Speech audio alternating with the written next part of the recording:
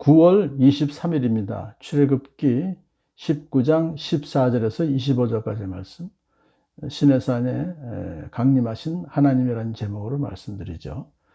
시내산 위에서 모세는 하나님께 지시를 받고 이제 내려왔어요. 그래서 백성들에게 가서 하나님의 당부를 전합니다. 백성들을 성결하게 하고 그들의 옷을 빨아 입게 이틀 동안 그렇게 셋째 날을 준비하게 했어요. 근데 한 가지 더, 남자들은 여자를 가까이 하지 말라. 이것은 부부간의 성관계를 갖지 말라고 당부한 것이죠. 근데 이것은 어디까지나 특별한 의식을 앞에 둔 백성들로 하여금 쾌락에 탐닉하지 않도록 하기 위한 특별 조치죠.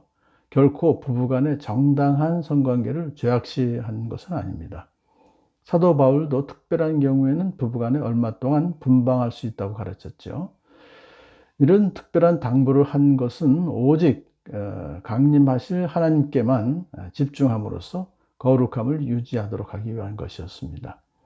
또한 이러한 조치는 시내산에서 이제 체결할 언약이 얼마나 중요한가 하는 것을 미리 알려준 것이죠. 마침내 셋째 날일 아침이 왔습니다. 그랬더니 번개가 치고 천둥 소리가 나며 짙은 구름이 산을 덮은 가운데 사냥뿔 나팔 소리가 우렁차게 울려 퍼졌습니다. 그러자 진에 있는 모든 백성이 두려워서 떨었습니다. 참, 하나님께서 영이시기 때문에 보이진 않죠. 근데 시내산에 임재하실 때 우레와 번개 등을 동반하시고 나타나심으로써 인간들에게 자신의 위엄과 영광을 볼 수 있도록 그렇게 드러내 보이신 것입니다. 얼마 전까지만 해도 이스라엘 백성들은 하나님과 언약을 지키겠다라고 호언장담했던 그들인데, 이제 하나님의 놀라운 영광과 위엄 앞에서 겁과 두려움에 떨게 된 것입니다. 그러자 모세는 백성들이 하나님을 만날 수 있도록 진으로부터 그들을 데리고 나와서 산 기슭에 세웠습니다. 거기에서는 이제 저 시내산 꼭대기에서 일어나는 일을 볼 수가 있기 때문에 그렇죠. 그렇지만 경계선은 넘지 않았습니다.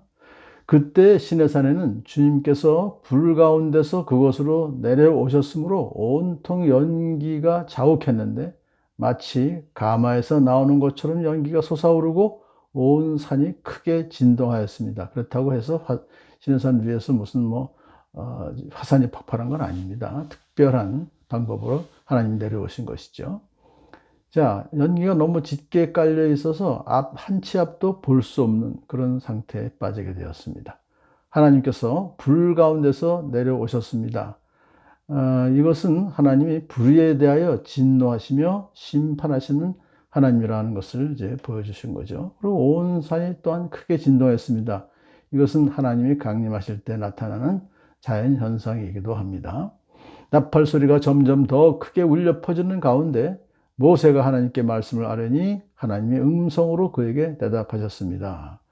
이것은 모세와 하나님과의 그 대화를 온 백성이 듣도록 하신 것이죠. 그럼으로써 하나님께서 모세와 함께 하신다는 것을 백성들이 알게 하시는 것입니다. 주님께서 시내산 꼭대기로 내려오셔서 모세를 그 산 꼭대기로 부르십니다. 그랬더니 모세가 올라갔어요. 힘들게 산 꼭대기까지 올라갔을 것입니다. 백성들은 산 기슭에 그대로 있고 모세 혼자만 산 꼭대기로 올라간 것입니다. 하나님은 친히 먼저 인간을 찾아와 주셔서 이제 시내산 꼭대기에 오셔서 내려오시고, 또 모세를 중재자로 부르셔서 백성들과의 교제를 계속해서 하고 계십니다. 주님께서 모세에게 그런데 말씀하시기를, 그렇게 힘들어서 올라온 모세에게 너는 내려가서 백성에게 단단히 일러두어라. 나 주를 보려고 경계선을 넘지 말아라. 그러면 많은 사람이 죽는 일이 없을 것이다. 산기슭에 남아있던 백성들 중에서 하나님 모습을 좀 보고 싶어서 호기심으로 경계선을 넘으려는 사람들이 있었던 거예요. 그래서 하나님께서 그것을 아시고 모세에게 당장 다시 내려가서 경고해라, 그렇게 지시를 하신 것입니다. 나 주에게 가까이 오는 제사장도 자신을 성결하게 하지 않으면 나 주가 그들도 쳐서 죽일 것이다.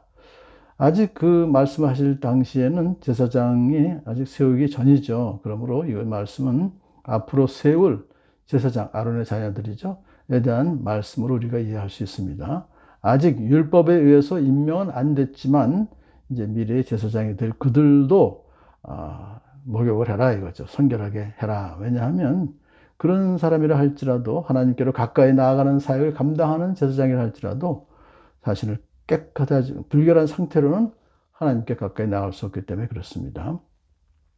자, 하나님께서 이제 백성들과 제사장에게 엄하게 재차 성결을 강조하셨는데 그것은 바로 하나님께서 이 임재하실 신의 산을 거룩한 산으로 성별하시고 인간의 단순한 호기심으로 이 산에서 기웃거리거나 올라오는 것을 하나님의 거룩하심에 대한 도전으로 보셨기 때문인 것입니다.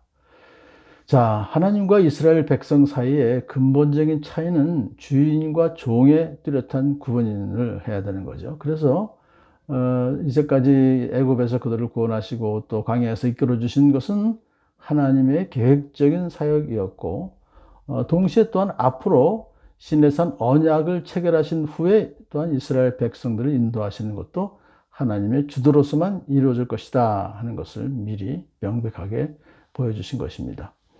모세는 백성들에게 한 번 경고한 것으로 충분하다고 하나님을 안심시켰지만 하나님은 모세의 그런 생각을 일축하셨어요.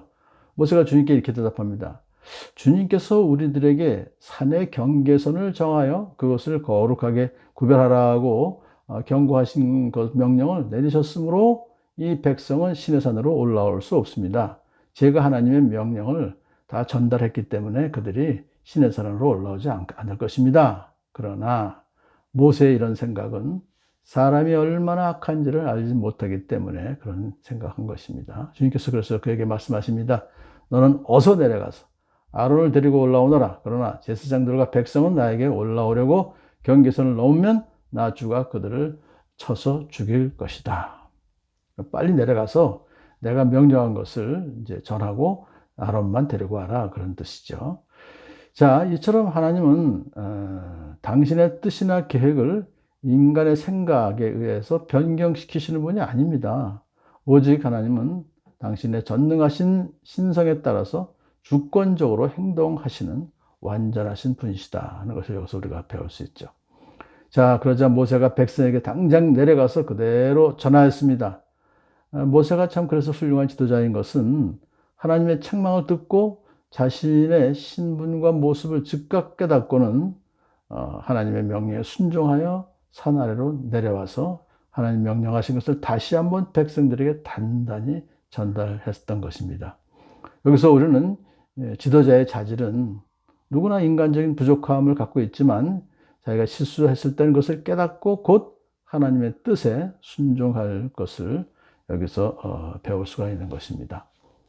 자, 이제 시내산에 주님께서 내려오시면서 보여주신 그 주님의 영광은 성막과 성전으로 옮겨졌습니다. 그리고 마침내 예수 그리스도를 통하여 우리 성도들에게 주님의 영광을 완전히 보여주셨던 것입니다. 오늘도 우리는 날마다 말씀을 통하여 주님의 영광의 주님을 만나서 주님의 뜻을 알고 주님의 뜻에 순종하며 살아가는 복된 저와 여러분 되길 간절히 소원합니다.